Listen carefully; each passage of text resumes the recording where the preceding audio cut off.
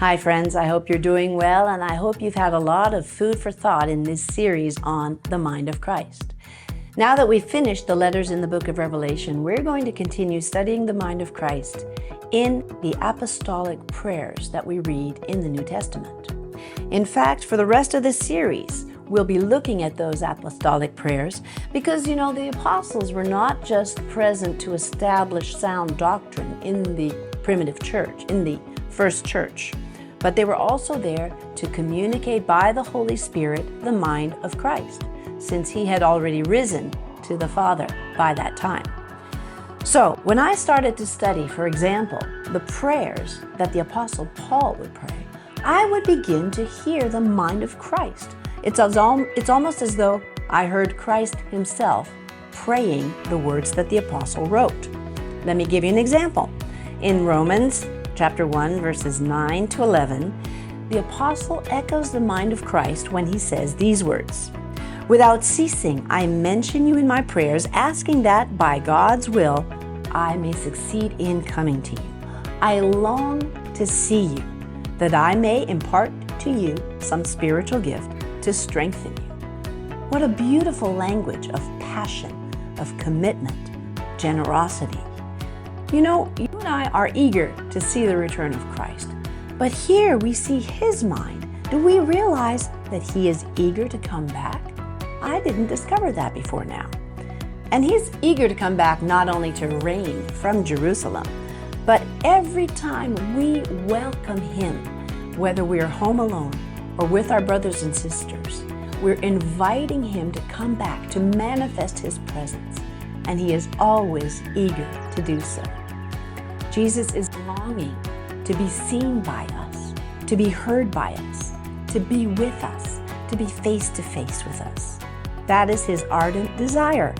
And knowing this will help us understand what it means to be a worshiper. A worshiper seeks a face-to-face encounter with God. And then something powerful happens every time we worship, whether it be in private or in public.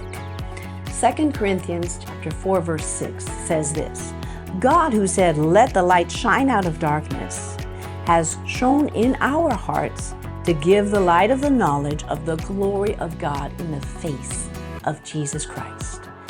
If he has one thing on his mind, my friends, it is having face-to-face encounters with his beloved children. Dare I say, FaceTime with his kids. But to what end? That's the question. The impartation and the activation of spiritual gifts, they may otherwise lay dormant in your lives, and also to strengthen his children. So the mind of Christ is this: you are worthy of face-to-face encounters with the living God. These are moments that allow us to experience the reality of his presence. And what happens is the transformation of our lives into his image. You know this verse by heart probably, 2 Corinthians 3:18. "We all with unveiled faces behold the glory of God and are transformed into the same image." Why is that? Because we become like what we behold. Beholding Christ, meeting him face to face, allows his nature to be developed in us. Now this should evoke some kind of response from us, right? Some commitment to be more intense and more intentional in our pursuit of daily encounters with him, our pursuit of his presence. This is a true statement, and as with all truth, it is an absolute power. It is a purifying and liberating power. In other words, we can come to him with no more apprehension, no more doubt, no more insecurities, no more lethargy, no more apathy. When you know the mind of Christ, you have confidence to come to him. Look at what it says in Hebrews 4:16. "Let us approach with assurance," or with confidence, "the throne of grace." So, here's a secret I'm going to share with you just to close.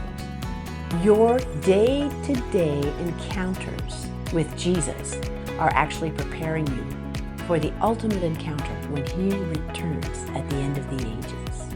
Keep that in mind this week as you seek his face and prepare for eternity. I'll see you next time.